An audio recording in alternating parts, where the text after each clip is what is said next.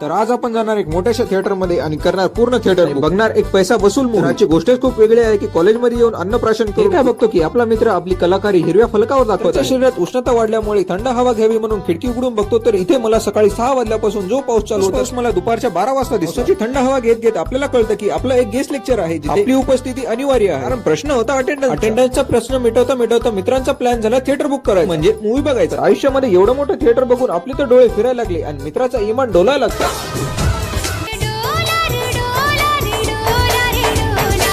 थिएटरच्या आतमध्ये येऊन बघतो तर काय इथे तर कोणीच नाहीये. माझे नाबालिक मित्र ज्यांना की घरीचे दारी मोबाईल हवा थिएटर मध्ये येऊन मूव्ही पाहायच्या ऐवजी अज्ञात गेमचा शिकार प्रमाण ध्वनीला साईडला ठेवून जसं मूव्ही एन्जॉय करायला लागतो तशात इंटरव्हल भूक लागली होती जाम. तर मग विचार केलं 2 पावाच्या मनात आलूची चटणीला पदार्थ मागून पोटाची भूक शांत करा. मूव्ही तर ठीक होती पण मला हे नाही कळालं की मी मूव्ही बघायला आलतो का ऍडव्हर्टाईज. मूव्ही पेक्षा जास्त मी ऍडव्हर्टाईज बघितली आहे ज्या नाही त्या गोष्टीची ऍडव्हर्टाईज मी बघून टाकली. तर करून टाका की मग आता चॅनल असं